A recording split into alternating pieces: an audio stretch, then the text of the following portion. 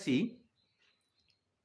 আমি এখন দর্শকদের সামনে যে বিষয়টা নিয়ে আসব, এটা হচ্ছে খুব গুরুত্বপূর্ণ একটা বিষয়, যেটা এমএন টিভিতে দেখানো হচ্ছে হিন্দিতে। আমি এটা বাংলা বিশ্লেষণ করার জন্যে, বাংলায় দর্শক শ্রোতাদের জন্যে এটা আমি বাংলায় বিশ্লেষণ করার চেষ্টা করছি। বিষয়টা হচ্ছে মেশ্রামজি, বামন মেশ্রাম, ভারত মুক্তি মোর্চার রাষ্ট্রীয় অধ্যক্ষ। তিনি 1 বছরের জন্য ইভিএম ভান্ডাফোড় পরিবর্তন যাত্রা, মানে ইভিএমের বিরুদ্ধে, ইভিএমে ঘোটালা হয়, এটা সুপ্রিম কোর্ট নির্দেশ দিয়েছে, রায় দিয়েছে 8 অক্টোবর 2013। নির্বাচন কমিশন কোনোভাবে ইভিএমের এই চুরি করা, ঘোটালা করা ষড়যন্ত্রকে কোনোভাবেই আটকানোর চেষ্টা করছে না, বরঞ্চ নির্বাচন দপ্তর সাথ সহযোগ করছে ইভিএমে ঘোটালা করা যায়।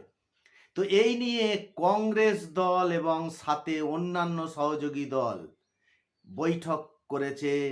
এই বৈঠকে কি রেজাল্ট হয়েছে জানা যায়নি, কিন্তু এটা কি বামন মেশ্রামের জন্যেই কংগ্রেস ইভিএম নিয়ে চর্চা শুরু করলো? আমরা জানবো এই বিষয়টা, এটা ভিডিওগুলো দেখব এবং বিশ্লেষণ করে জানবো। जोहार जय मूल निवासी में संकेत और आप देख रहे हैं एमएन टीवी। एनसीपी नेता और विपक्षी दलों में सबसे ऊंचे कद वाले शरद पवार ने कल 23 मार्च 2023 को अपने दिल्ली स्थित निवास स्थान पर विपक्षी दलों की एक बैठक बुलाई थी। बैठक में कांग्रेस के दिग्विजय सिंह, समाजवादी पार्टी के समर्थन से राज्यसभा के सदस्य बने हुए कपिल सिब्बल, माकपा यानी मार्क्सवादी कम्युनिस्ट पार्टी के डी राजा, समाजवादी पार्टी के रामगोपाल यादव, शिवसेना, जेडीयू और कई अन्य दलों के नेता इसमें सहभागी थे। यह बैठक दो कारणों की वजह से महत्वपूर्ण थी। पहला कारण ये कि इसे शरद पवार ने, एक बड़े कद्दावर नेता ने कॉल किया हुआ था, और दूसरा कारण ये कि इसमें ईवीएम के मुद्दे पर चर्चा होने वाली थी। আমরা দেখতে পেলাম শরদ পাওয়ার, কপিল সিব্বল, আরজেডি নেতা, জেডিইউ, সমাজবাদী পার্টি, দিগ্বিজয় সিং কংগ্রেসের, সবাই মিলে একটা বৈঠক করছে ইভিএম চর্চা নিয়ে। এই ইভিএম চর্চায় কি হলো, কিন্তু সেটা প্রকাশিত হয়নি। তো আমরা আগামী দিনে জানতে পারবো এই যে বিপক্ষ দল, তারা ইভিএম নিয়ে কি চর্চা করছে, কি করতে চায়, ইভিএম ঘোটালা বন্ধ করতে চায় কি না, সেটা আমরা জানতে পারবো। কারণ বিভিন্ন গুরুত্বপূর্ণ নেতারা ইভিএম চর্চা নিয়ে বসেছিলেন। আমরা পরবর্তী ভিডিওতে দেখে আবার বিশ্লেষণ করব। 2024 में होने वाले 18वीं लोकसभा चुनाव से पहले ईवीएम का मुद्दा जब विपक्षी दलों के मुख्य एजेंडे में आता है तो यह बात अपने आप में एक बड़ी बात बन जाती है। इस बैठक के बाद एक प्रेस वार्ता हुई, उसमें दिग्विजय सिंह और कपिल सिब्बल ने ही बहुत संक्षिप्त में ही अपनी बातें रखी। कुल 6 मिनट की इस प्रेस वार्ता में शरद पवार कुछ नहीं बोले। प्रेस वार्ता के अलावा इस बैठक में क्या चर्चा हुई, कौन से निर्णय लिए गए, उसकी कोई जानकारी सामने नहीं आई है। लेकिन विपक्ष क्या कर सकता है, आगे जाकर क्या कर सकता है, इस पर चर्चा होनी बहुत जरूरी है। पहले प्रेस वार्ता में क्या हुआ, उन बातों की चर्चा कर लेते हैं। प्रेस वार्ता में दिग्विजय सिंह ने कहा कि सिविल सोसाइटी ने ईवीएम पर उपस्थित किए हुए सवालों के चुनाव आयोग ने कोई जवाब नहीं दिए।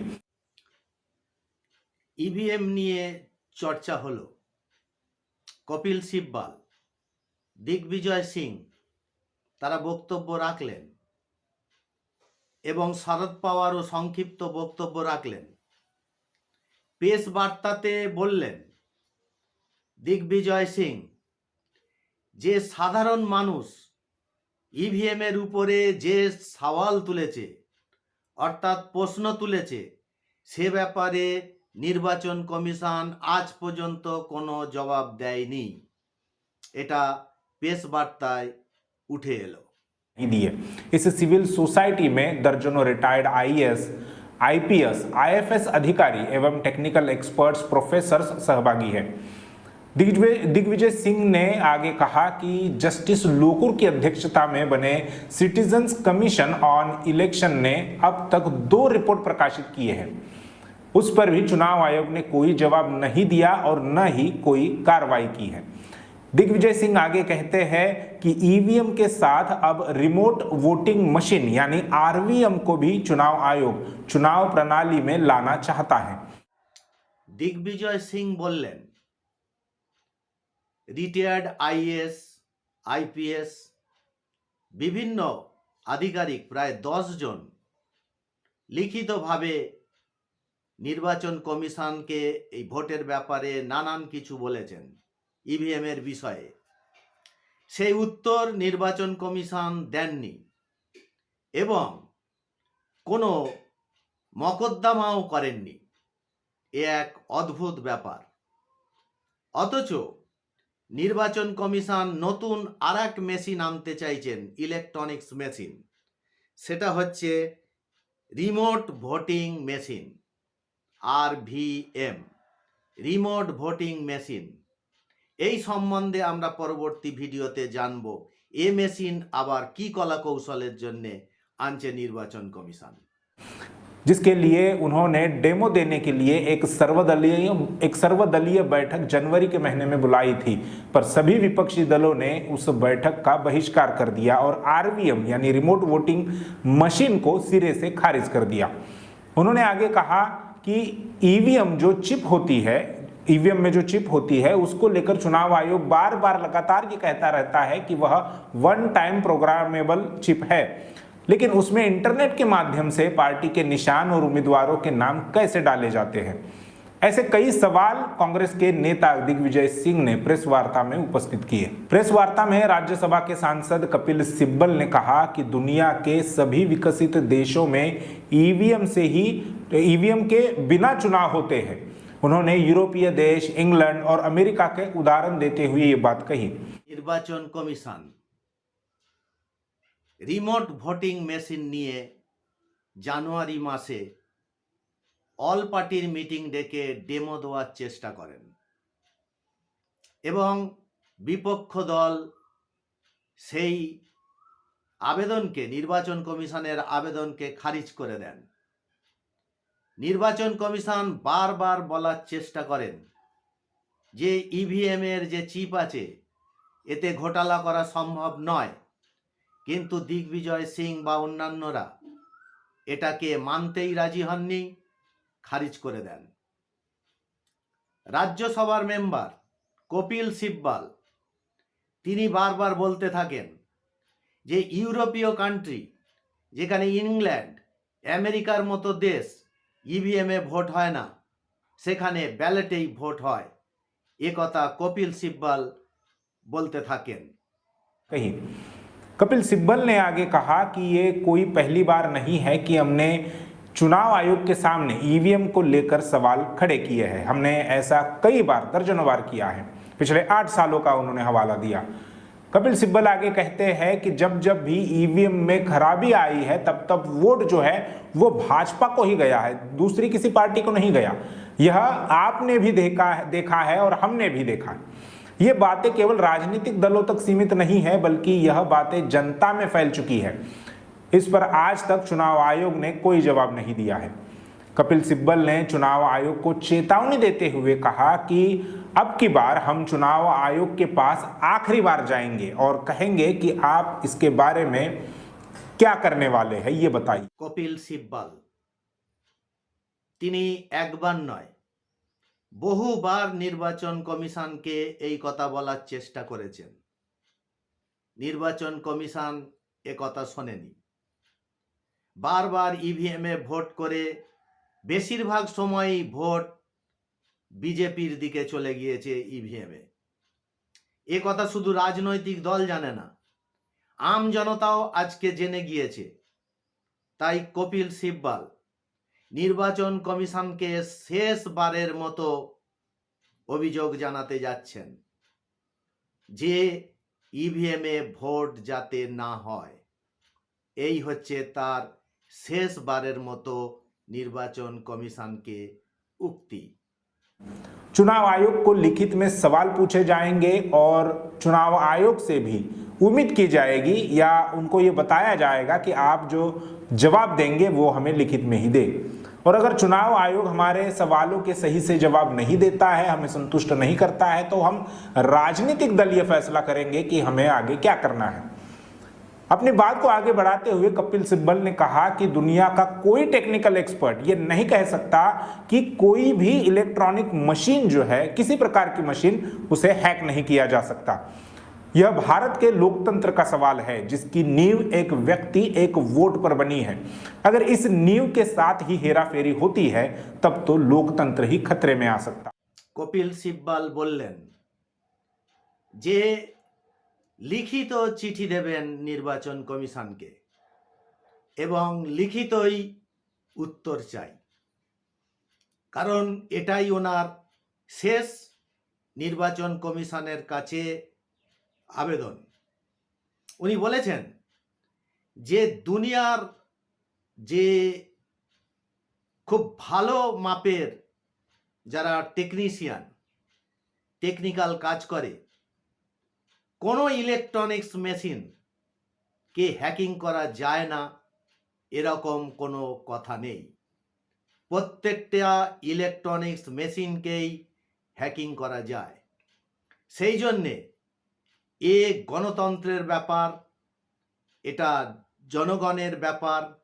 এই বিষয়ে যদি নির্বাচন কমিশন কোনো সদুত্তর না দেয় তাহলে রাজনৈতিকভাবে আগামী দিনে কপিল সিব্বল তিনি সিদ্ধান্ত নেবেন এবং রাজনৈতিক আলোচনার মাধ্যমেই আগামী পদক্ষেপ গ্রহণ করবেন।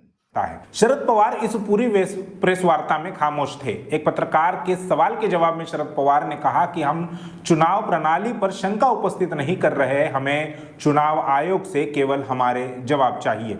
इसके बाद प्रेस वार्ता समाप्त हो जाती है। पर अंदर की बैठक में, यानी प्रेस वार्ता के पहले जो बैठक हुई उसमें क्या हुआ, कौन से निर्णय लिए गए, ये बातें अभी तक सामने नहीं आई हैं। लेकिन यह कुछ बातें हैं जो विपक्षी दल जरूर कर सकते हैं। पहली बात तो शरद पवार की ही अध्यक्षता में एक विपक्षी दलों की सर्वदलीय यानी सभी विपक्षी दलों की एक समिति बनाई जाए। दूसरी बात ये कि वह समिति चुनाव आयोग से लिखित में सवाल करे और चुनाव आयोग से भी लिखित में ही इसके जवाब लिए जाए। শরদ পাওয়ার তিনি এই প্রেস বার্তায় খুব একটা কথা বলেননি, কিন্তু একজন পত্রকারের প্রশ্নের জবাবে বলেছেন যে আমি নির্বাচন কমিশনার কি চিন্তা ভাবনা সেইটা শুধু জানতে চাই।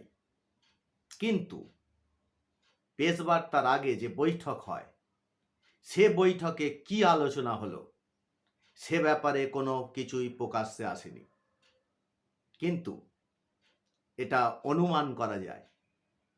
এক, শরদ পাওয়ারকে নিয়ে শরদ পাওয়ারের নেতৃত্বে একটা বিপক্ষ দলের সমিতি বানানো যেতে পারে, বা নির্বাচন দপ্তরের বিরুদ্ধে বড় একটা আন্দোলন বিপক্ষ দল করতে পারেন, এটা অনুমান করা যেতে পারে।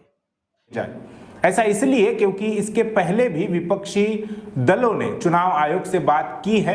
चुनाव आयोग इत्मीनान से उनकी सारी बातों को सुन लेता है पर जवाब में कोई कार्रवाई नहीं करता, क्योंकि वह सारी बातें वर्बली होती है जिसका कोई लिखित दस्तावेज नहीं होता।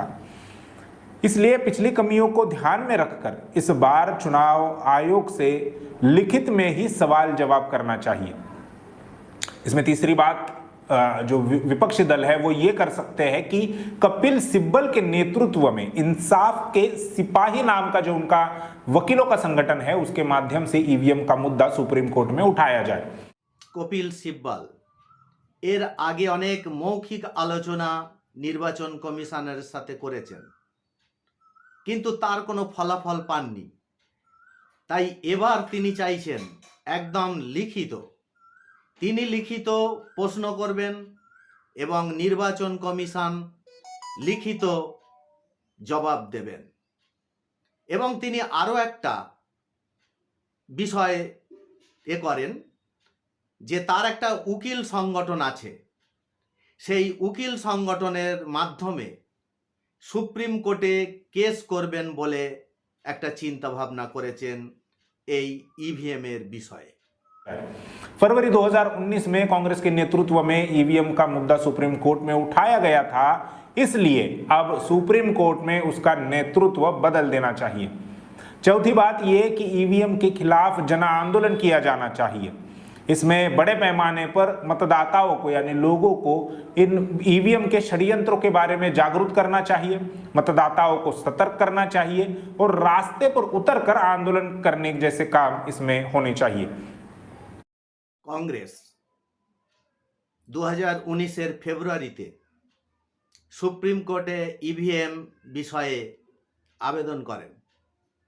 কপিল সিব্বলের চিন্তাভাবনা ওই সমিতি নেতৃত্ব পরিবর্তন করে ईवीएम এর বিষয়ে জনগণকে চেতনা করা, সুপ্রিম কোর্টকে আলাদাভাবে আবার আবেদন করা এবং এই ईवीएम সম্বন্ধে প্রয়োজনে বিভিন্নভাবে চেতনামূলক মিটিং মিছিল করা, জানানো এবং সর্বশেষে তিনি বলছেন যে প্রয়োজনে রাস্তায় নেমে আন্দোলন করতে হবে।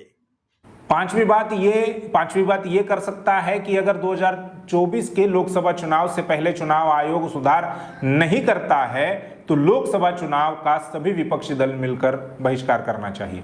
इससे राष्ट्रीय एवं अंतर्राष्ट्रीय स्तर पर एक बड़ी एक्शन ली जा सकती है और अंतर्राष्ट्रीय स्तर पर यह मुद्दा उठाया जा सकता है, जिससे दुनिया के लोगों का ध्यान भारत में चल रहे भ्रष्ट चुनाव प्रणाली की ओर आकर्षित किया जा सकता है। इसके अलावा और भी कई ऐसे काम हैं जो विपक्षी दल कर सकते हैं, अगर उनमें सच में ईवीएम का विरोध करने की चाह हो तो ही।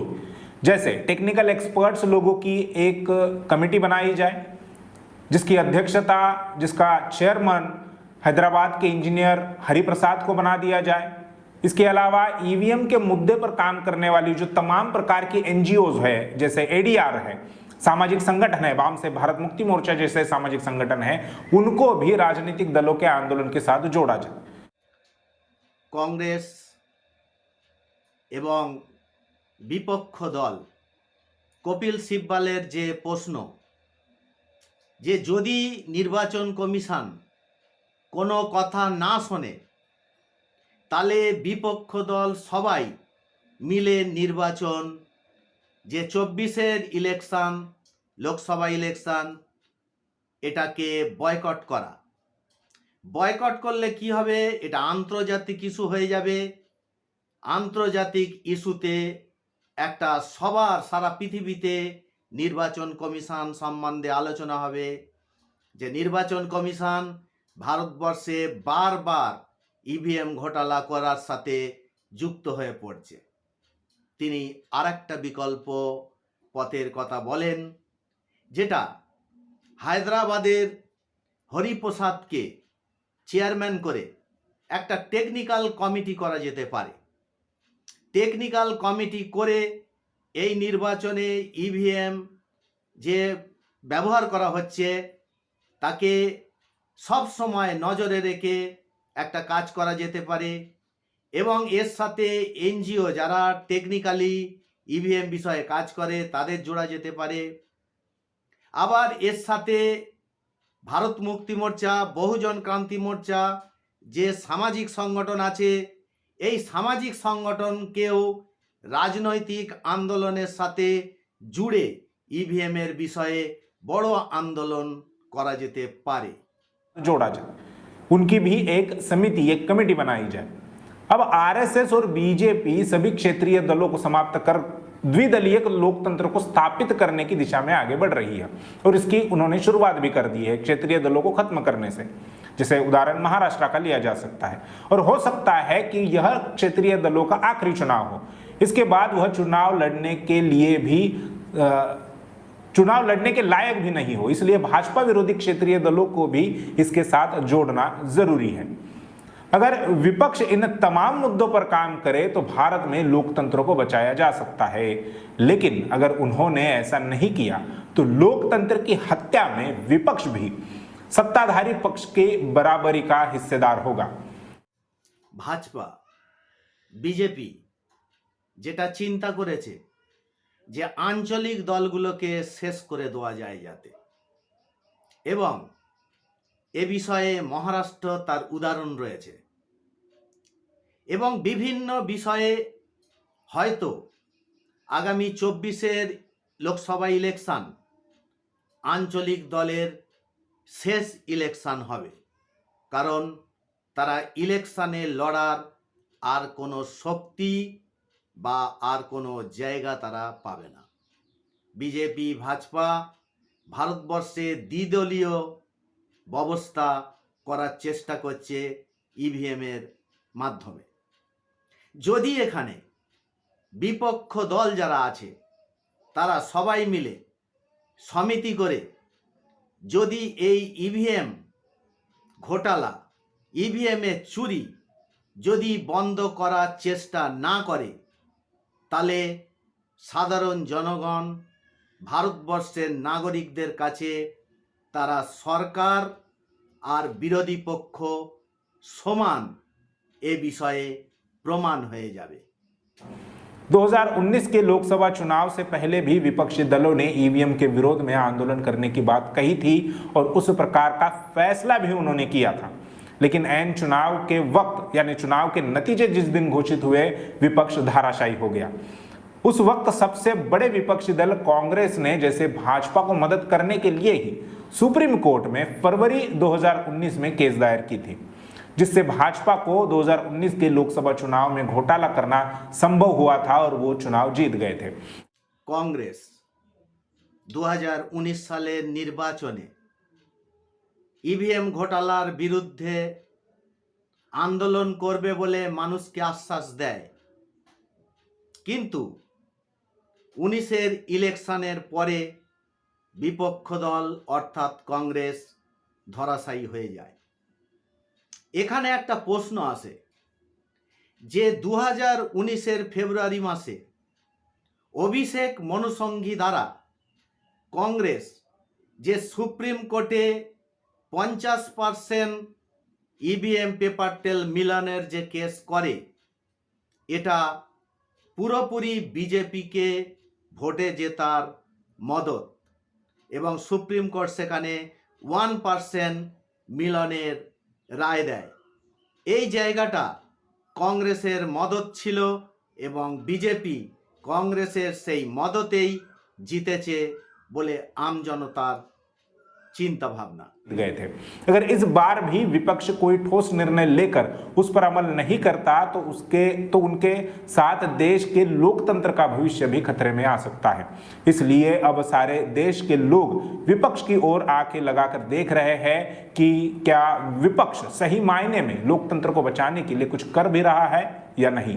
गौरतलब है कि विपक्ष की ये बैठक तब हो रही है, तब उस पर फैसले हो रहे हैं जब भारत मुक्ति मोर्चा के राष्ट्रीय अध्यक्ष वामन मेश्राम के नेतृत्व में ईवीएम भंडाफोड़ देशव्यापी परिवर्तन यात्रा निकाली जा रही है। यह यात्रा जनवरी महीने में तमिलनाडु के कन्याकुमारी से शुरू होने वाली थी, मगर राज्य के मुख्यमंत्री यानी तमिलनाडु के मुख्यमंत्री स्टैलिन ने इसे रोकने का काम किया। इसके बाद यह मामला जो है वो हाईकोर्ट में चला गया है और अभी तक हाईकोर्ट की तरफ से उस पर कोई फैसला नहीं आया है।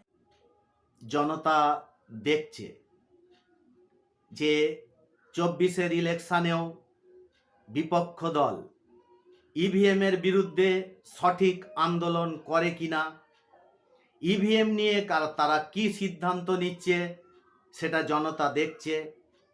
এবং এর সাথে সাথে ভারত মুক্তি মোর্চার রাষ্ট্রীয় অধ্যক্ষ বামন মেশ্রাম তিনি ইভিএম ভান্ডাফোড় পরিবর্তন যাত্রা শুরু করেছিলেন। জানুয়ারি মাস থেকে, কিন্তু তামিলনাড়ুর মুখ্যমন্ত্রী M.K. স্ট্যালিন সেটাকে বন্ধ করে দেন এবং সেটা হাইকোর্টে মামলা চলছে, সে মামলার রায় এখনো আসেনি। তো মেশ্রামজি মহারাষ্ট্র থেকে আবার আন্দোলন শুরু করেছেন ইভিএম ভান্ডাফোড় পরিবর্তন যাত্রা। है।